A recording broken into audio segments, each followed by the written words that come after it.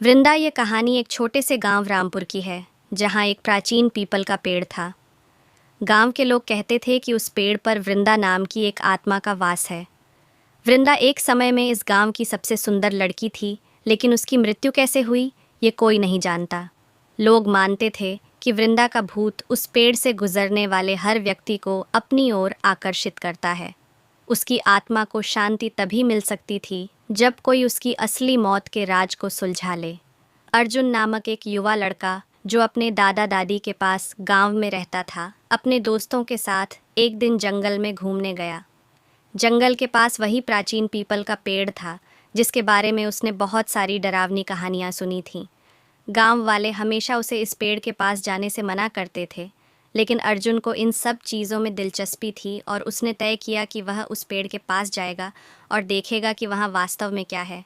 अर्जुन और उसके दोस्त जैसे ही उस पेड़ के पास पहुँचे, उन्हें वहाँ अजीब सी ठंडी हवा महसूस होने लगी।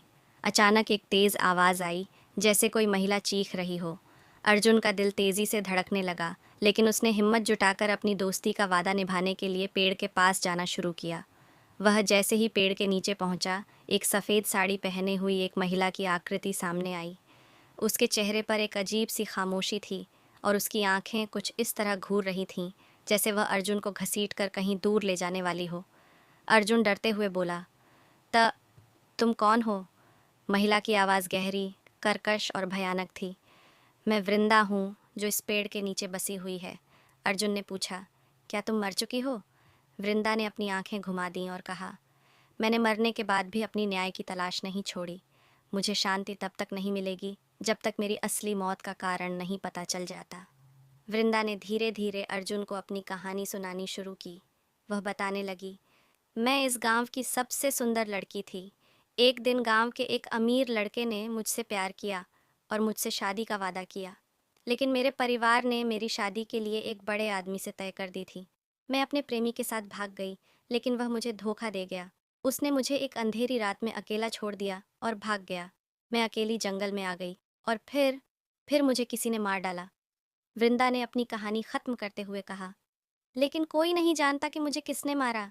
वह आदमी कौन था जिसने मेरी जान ली? मेरी आत्मा उस राज के लिए परेशान है। मेरी आत्मा तभी शांति पा सकती है जब मुझे मेरा कातिल मिल जाए।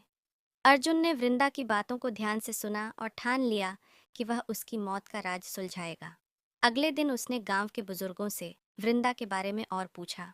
धीरे धीरे उसने पता लगाया कि वृंदा का प्रेमी उस समय गांव का सबसे बड़ा व्यापारी था, लेकिन एक दिन वह बिना किसी सूचना के गायब हो गया।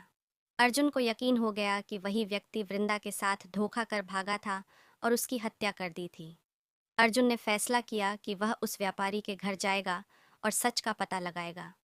वह रात के अंधेरे में व्यापारी के घर पहुंचा और उसने दरवाजे को खोला। अंदर एक बुरी बदबू फैली हुई थी और चारों ओर खून के धब्बे थे। जैसे ही अर्जुन ने अंदर प्रवेश किया, उसे एक पुराना संदूक मिला।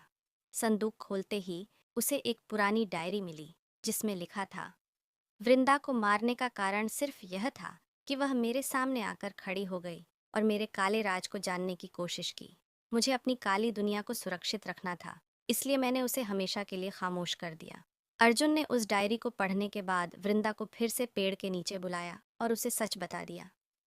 वृंदा ने जैसे ही अपने कातिल का नाम सुना, उसकी आंखों में आंसू आ गए, लेकिन फिर उसने कहा, अब मुझे शांति मिल गई है। मैं अपने कातिल को नहीं पकड़ पाई, लेकिन तुमने मुझे मेरा न्याय दिलाया। धन्यवाद अर्जुन। उसके बाद वृंदा की आत्मा धीरे धीरे पेड़ से निकलकर आकाश में उड़ गई और उसकी आत्मा को शांति मिल गई।